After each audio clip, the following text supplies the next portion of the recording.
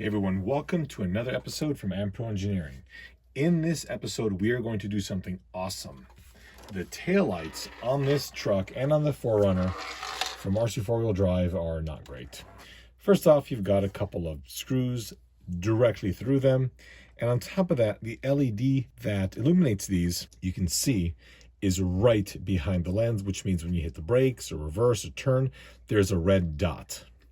Not acceptable. What we have done is made this panel right here, which will go in place of this lens after you do some chopping, but that wasn't enough. We needed some detail. So what we did is we created this part here, which has, you can see if I look it up close, all these little textured little pieces here at the rear. So when you install that, you're going to get all that texture that an actual lens would have, but on top of that, you also have the car's factory screws. You can see the little tiny dots just barely kind of along the perimeter here. There are 6 little screw heads you can paint black like the actual truck would have. So the first thing we need to do is go ahead and prepare these for paint. Since these are from Shapeways and off of a polyjet printer, you want to go ahead and take a toothbrush, preferably one that you're not using anymore, and washing these with some detergent. Dish soap would be fine to make sure you get any residue off of these, otherwise the paint won't stick properly. Once we've done that, I'm going to go ahead and mask these for paint. I'm going to go ahead and paint them on both sides. A very light coat in the front, a light coat at the rear, and the reason for the light coat is you still want to have some transparency, and then the whole thing will be cleared. For that, I'll be using these 2 paints. These are translucent red and translucent orange. For these, on the rear side, you're going to want to paint absolutely everything back here, including the little gap between the two, and this is critical with a silver paint.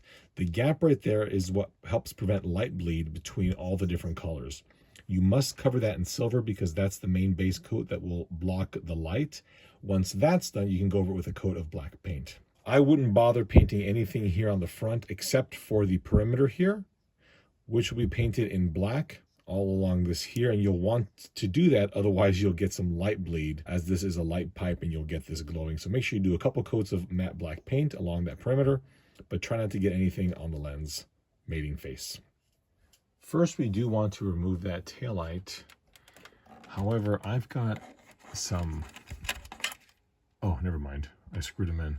Okay, so once you have unscrewed the taillight, we'll have access to all of the LEDs.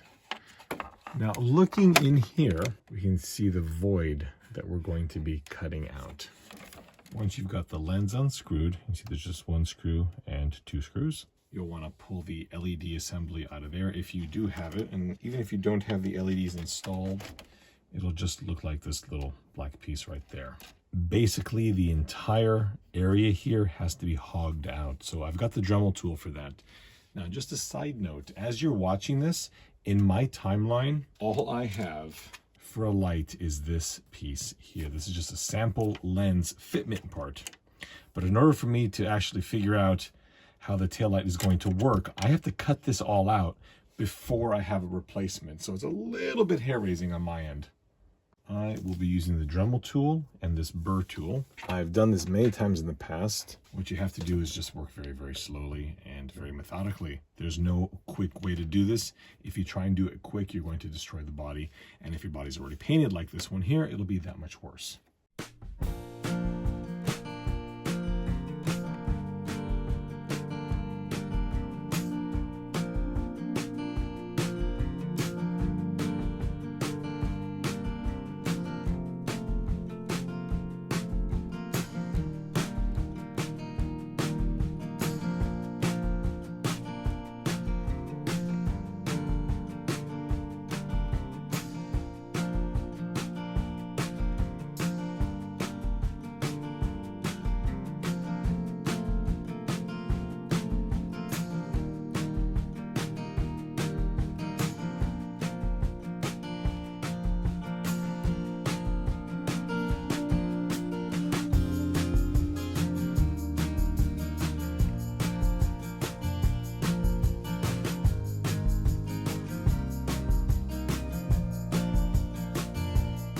That is exactly what you're going to need, probably. I don't know. I haven't made it yet. Give me a break. It's roughly 2 millimeters along the perimeter. The top and the bottom and the side here are more flexible. This inside wall really isn't. The inside wall is the bed thickness. So if I were to shave that down even further, we potentially would have a problem. I think that's what we're gonna need. It took me 4.5 minutes to do this, and that was with that burr tool, and I haven't even touched it with an X-Acto knife. I probably will just come in here a little bit. There's a little bit of residue right there, but for the most part, this thing really, I think there's something up here. He has a little bit of residue right there. Perfect. With the paint drying these, you can see that I got a little bit of black here on this rib. Let's scrape that off. The keen-eyed observer will also note that this is not the taillight that I started with. So the original one that was on the video was a prototype, and there's a couple things I didn't like about it. One of them was that when you glue this down, there's no good place to actually put the glue. It kind of like gets wherever it wants to go. So now there's this rib around the perimeter, which will force the glue to go here. And in the event it goes into this area here, it really doesn't touch the tail light. At least that's what I'm hoping anyway, because we're only going to put a small bead there. You also have these dimples. These dimples, once again, help with light refraction. This is now the production unit. The lenses themselves are identical. And here you can see that they're all completed. Be careful if you want to sand these down, because the little embossed corners there where the screws would be are protruding, so you'll sand them down. And if you want to sand them down, go ahead.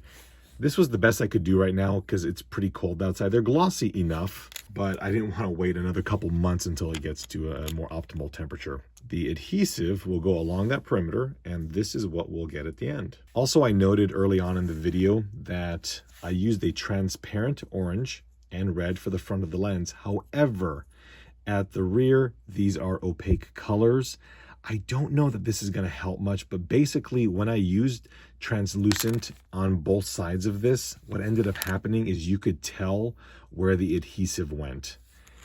It basically changed the transparency along the perimeter, and I'm hoping that with a opaque color at the rear, you won't see that as much. When you do install this, make sure that the depression here for the reflector is in this orientation, okay? You want it to be like that. You do not want it to be like this. It will kind of fit, but you can see that the gaps aren't correct. So just make sure that you drop the lens on exactly where it wants to be. For the adhesive, I'm going to use a Model Masters liquid cement. I've used this stuff for years. And we will just run a very light bead around here.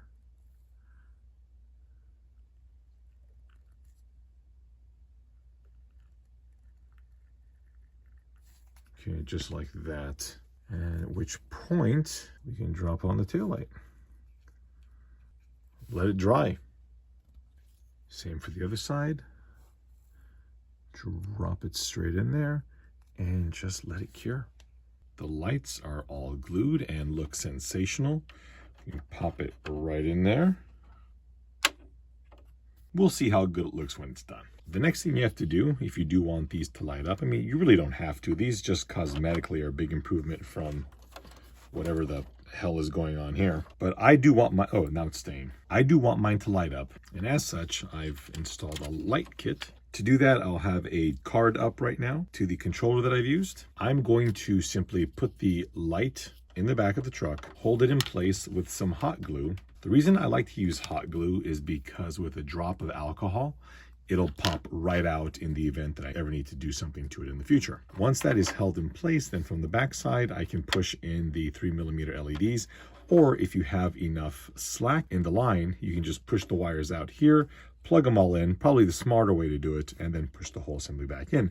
I can't because mine have all been routed, and that's all I have. So in my case, we'll just put a bit of hot glue right there. You don't need to go too crazy because it's a big flat surface here and on the inside. Okay, pop it in there and just let the adhesive cool down. Make sure that it's clearing the tailgate. It really should, but in the event you've accidentally taken out too much material from that inside wall, it's possible for it to go too far over, and you don't want to discover that months from now. I purposely left the passenger side taillight in because I wanted to do a one-to-one comparison. So right now, the main studio light is off and we've got our running lights on. Let's go ahead and use the right signal. Yep, gets the point across. There we go.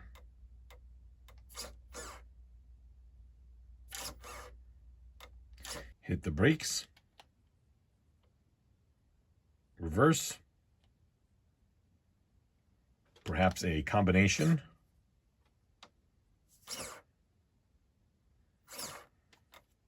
This is really looking a lot more washed out than it really is.